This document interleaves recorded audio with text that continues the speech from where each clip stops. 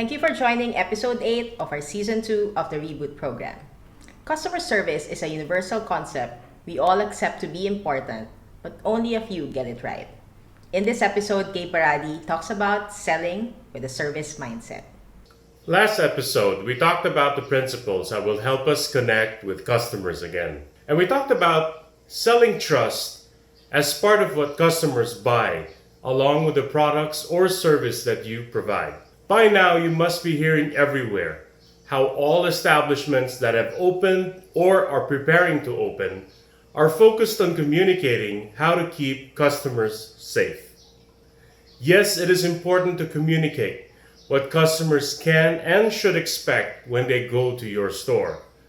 The safety measures are now part of your brand promise. Aside from what customers love about your brand, they must first feel safe before they can go back to see you again. While online shopping will definitely increase, there will always be customers who will want the experience of going inside the store, seeing and touching the products themselves before making the purchase.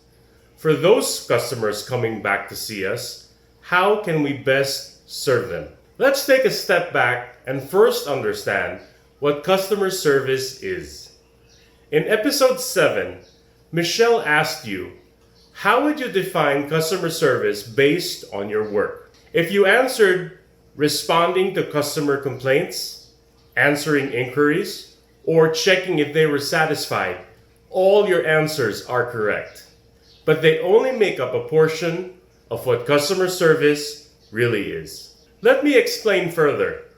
In a retail outlet, you have the store with the display of products, you have the actual items sold, and then there's you. In a restaurant, you have the restaurant and the furniture, the food served, and then there's you. If you work in a bank, you have the bank branch with its chairs and counters, the service you provide, and then there's you. We have 3 basic components in what we call the customer experience: the place, the product, and the frontliner. From the time a customer enters up until he leaves, all those experiences are called customer touchpoints. And all those touchpoints form one whole customer experience journey. Let's review that again. Every customer will have his or her own customer experience journey. And within this journey are a series of experiences called touchpoints. If you work at the food kiosk selling products over the counter, you will have less touchpoints compared to a restaurant. The more complex the customer experience is, the more touchpoints there are. So what is customer service then? Customer service is everything that comes from the frontliner within that journey. Let me share with you a formula. No matter how nice your store is or how good your products are, if the customers feel the service was lacking, the customer will not come back anymore. And definitely, that customer will not recommend you. If customer service is everything that comes from you, the frontliner, how can we apply it at work? I mentioned earlier that responding to complaints is only a part of it. Yes, and that is called customer recovery, which we will talk about in detail in episode 10.